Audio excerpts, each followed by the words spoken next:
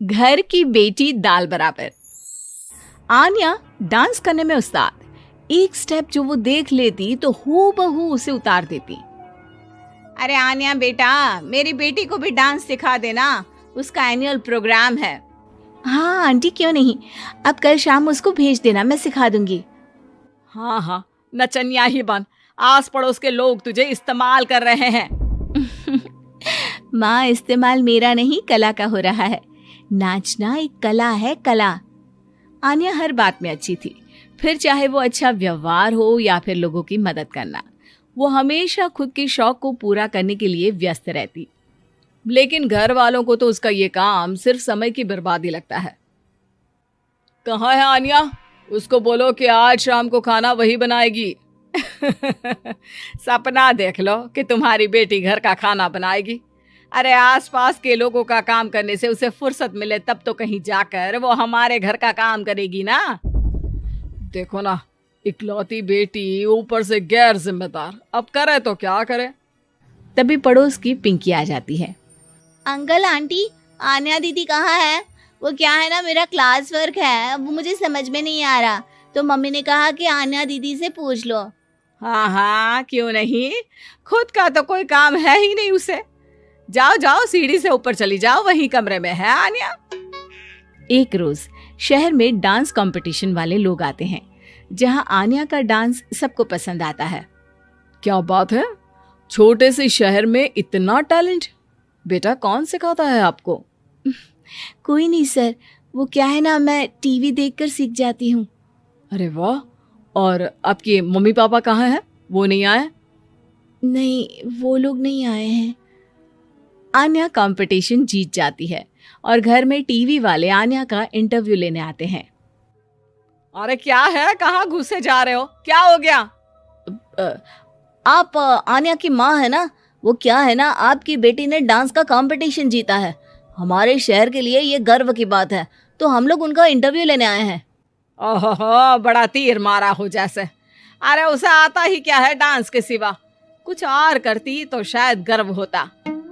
तभी वहां आन्या आ जाती है और पत्रकारों को इंटरव्यू देती है। उसी रोज पिता के ऑफिस में। देखो तो आजकल के बच्चे कितने स्मार्ट है, धन्य है ऐसे बच्चों के माता पिता को। और किस्मत वाले होते हैं ऐसे माता पिता, वरना मेरी बेटी तो किसी काम की नहीं, सारा दिन बस नाच गाने में ही दिमाग लगाती रहती है। अरे वो बच्ची हमारे शहर की ही है, कितना नाम कमा रही है डांस में, हम तो उसकी बात कर रहे हैं। अच्छा, कोई डांस में भी नाम कमा सकता है? अरे दे देना भाई पेपर की कटिंग, दिखाऊंगा आन्या को भी मैं। क्या नाम बताया? आन्या? यही तो नाम है मेरी बेटी का, आन्या शर्मा। बड़े उम्मीद से रखा था कि कुछ अच्छा नाम कमाएगी, लेकिन नहीं। आजकल के बच्चों को माँ पापा की इमोशन की कदर है क्या? अरे ये देखिए, इस बच्ची का नाम भी आन्या शर्मा ही है, जो पूरे शहर का नाम रोशन कर रही है। पिता अखबार देखते हैं तो सामने बेटी की ही फोटो रहती है। लेकिन ये क्या, जिस फोटो को देखकर हर कोई गर्व कर रहा था, पिता को उस पे कुछ भी खास दिखाई नहीं देता। हमारी ही औलाद है ये, पता नहीं कब कहाँ जाकर नाम लिखवाती है, मुझे तो पता भी नहीं है। अरे शर्मा जी, जरा मिलवा दीजिए ना अपनी बच्ची से, मैं अपनी बेटी को भी ऐसा ही बनाना चाहती हूँ। मेरी बेटी को कुछ टिप्स दे देगी करियर को लेकर। अच्छा, ये दिन आ गया आपकी बेटी के, ले आइए कभी भी, लेकिन बाद में अफसोस ना करिएगा। सभी को आन्या के पिता की बात पर हैरानी होती है कि इतनी टैलेंटेड लड़की के माता पिता आखिर उससे चाहते क्या है। पिता घर आते हैं और माँ से कहते हैं, पता है तुम्हारी लड़की क्या कर रही है, या फिर ऐसे ही व्यस्त रहोगी हमेशा? अरे पता है मुझे, पर आपको कैसे पता चला? अरे कुछ पत्रकार आए थे, पता नहीं कहाँ कौन सा कंपटीशन जीत कर आई है। नजर रखा करो उस पर। तभी वहां पड़ोसन आ जाती है, जो पति पत्नी दोनों ही डॉक्टर होते हैं। नमस्ते भाभी, बधाई हो आपको आन्या की कामयाबी की। भाई भगवान बेटी दे तो ऐसी। कहाँ है वो? सच में आपको ऐसा लगता है कि भगवान ऐसी बेटी दे? तो ले जाइए ना अपने साथ, रखिए 2-4 दिन, खुद ही पता चल जाएगा। और नहीं तो क्या, सारा दिन करती क्या है, कहाँ रहती है, हमें तो कुछ पता नहीं होता, ना बताती है ना पूछती है।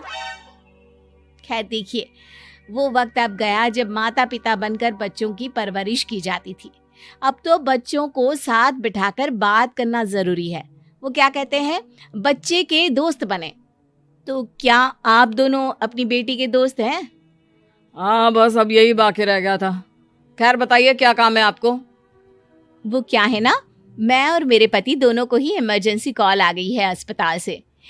मेरी बेटी आन्या की अच्छी दोस्त है, तो मैं क्या उसे आन्या के पास छोड़ दूं अगर वो फ्री है तो? माँ कुछ बोलती उतने में ही आन्या आ जाती है। वाह आंटी, क्यों नहीं, मैं फ्री ही हूँ, आप निश्चिंत रहिए, मैं उसका पूरा ख्याल रखूंगी। थैंक्स बेटा। वो अपनी बेटी उनके घर छोड़ जाती है, जो आन्या की उम्र की ही होती है। ये क्या मजाक है आन्या? हम लोगों को सोना भी होता है और हर घर का अपना कायदा होता है। मुझे बिल्कुल पसंद नहीं है कि तुम किसी को भी घर में घुसा लो। धीरे बोलिए पापा, कैसी बात कर रहे हैं? अंकल आंटी डॉक्टर है, पता है ना डॉक्टर का फर्ज क्या होता है। अगर वो किसी की जिंदगी बचा रहे हैं तो क्या हमारा फर्ज नहीं बनता कि हम भी उनकी किसी न किसी तरह से मदद करें? आपको तो पता है घर पर अकेले रहना कितना अनसेफ है। हाँ, तो दुनिया को सेफ करने का जिम्मा तू नहीं ले रखा है? अरे बहुत महंगे अस्पताल के डॉक्टर हैं वो लोग, खूब पैसा मिलता होगा, लेकिन ये नहीं कि मेड रख ले। क्या कहती आन्या, कैसे माँ पिता को समझाती कि किसी की मदद करना कोई बुरी बात नहीं है। खैर कुछ महीनों बाद आधी रात को माँ जोर जोर से चिल्लाकर आन्या के कमरे में जाती है। बेटा बेटा आन्या, पापा के सीने में दर्द हो रहा है, बेटा कुछ कर। हाँ माँ, मैं डॉक्टर को फोन करती हूँ। आन्या डॉक्टर को फोन करती है, लेकिन माँ डॉक्टर को तो आने में काफी वक्त लग जाएगा, मैं पिंकी के पापा को बुला लाऊं? अरे वो नहीं आएंगे बेटा, वो लोग बहुत बड़े डॉक्टर हैं और हम लोगों के पास इतने पैसे भी नहीं है। माँ, मैंने डांस कंपटीशन में जो पैसे जीते थे वो है मेरे पास, आप चिंता ना करें, बस पापा का इलाज करवा ले। आन्या के कहने पर वो बड़े डॉक्टर ना सिर्फ आन्या के पापा का इलाज करते हैं, बल्कि उन्हें ठीक करके घर भी ले आते हैं। आज मैं सिर्फ अपनी बेटी की वजह से बच गया। भगवान सबको ऐसी बेटी दे।